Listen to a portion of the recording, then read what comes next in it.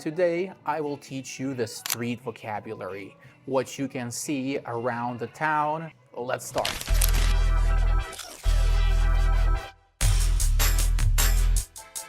This is a good area for me to show you different parts of the street, the main roadway, the road, which is designed for cars, buses, and other vehicles, not for people who are walking on foot.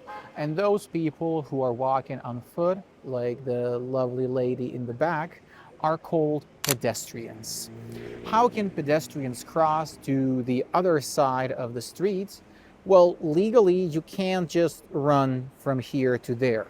That is illegal, and it's called jaywalking.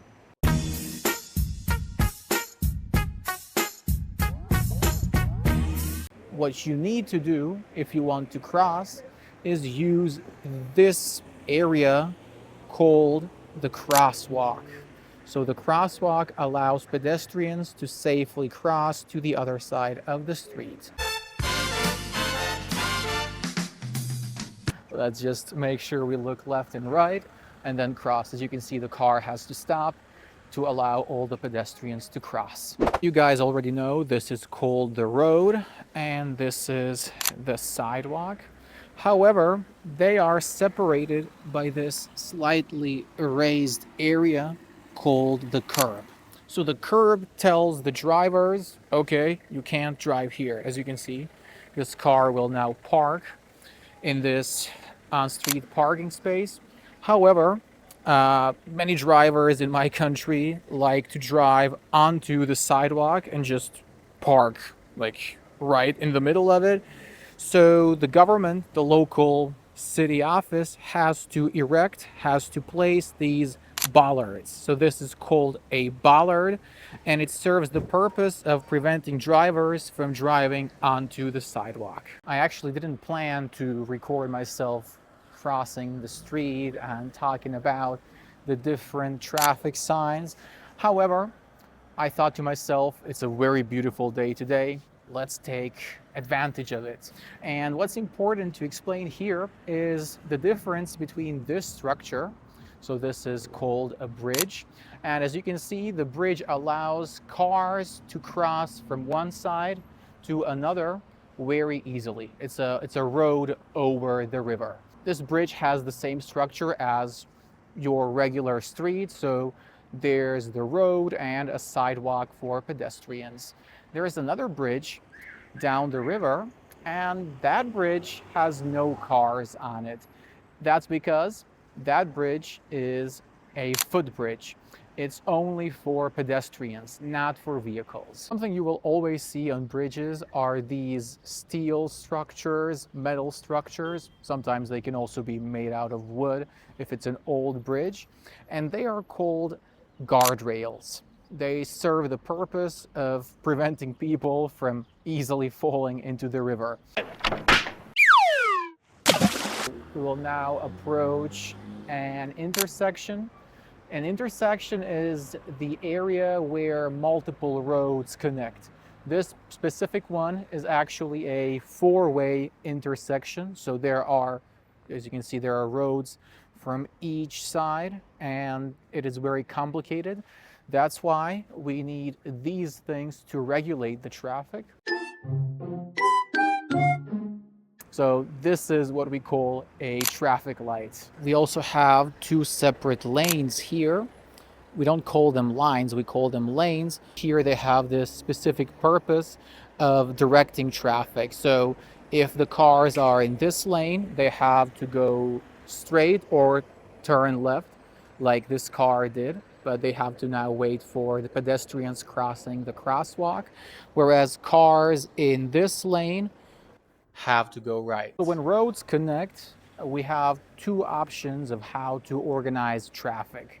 One way is having that intersection with traffic lights. Another one is having a roundabout. Roundabouts are generally considered safer because cars have to slow down when they enter the roundabout, and there is only one direction.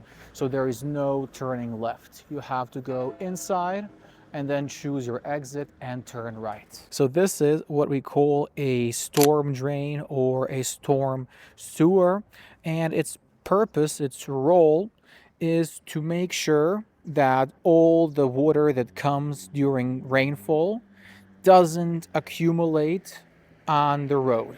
It goes down this storm drain and the roads are kept safe for cars and other vehicles.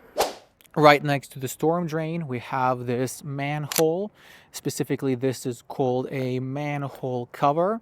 And the manhole cover, of course, makes sure that cars which pass over it or people who step on it don't just fall down like Super Mario. These long open roads really make you want to go fast, but there are crosswalks for pedestrians, and if you go too fast you could end up running over some pedestrians. That's why the local city office has installed these speed bumps which force the cars to slow down. As a non-native speaker, I can say that the most annoying thing about English is the difference between the British and the American English. We were taught British English in school, so calling this sidewalk was actually considered incorrect. The British name for this area where pedestrians walk is actually pavement. And why is that such a big deal? Well, it's because in American English, pavement is this hard surface which covers the road. Pavement can be made of different materials. This particular road is made of asphalt, and when water gets into asphalt, this is what happens. We call this a pothole. Potholes are problematic because if your wheel drops into one of those, you could damage your car.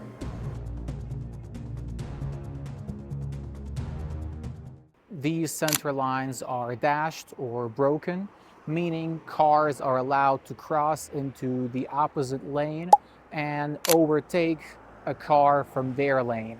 If the line is continuous, like that one, that means overtaking is not allowed.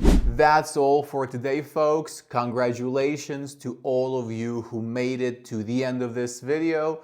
Now it's time to look in the description and click on that link to practice all the words we learned today and make sure you remember them.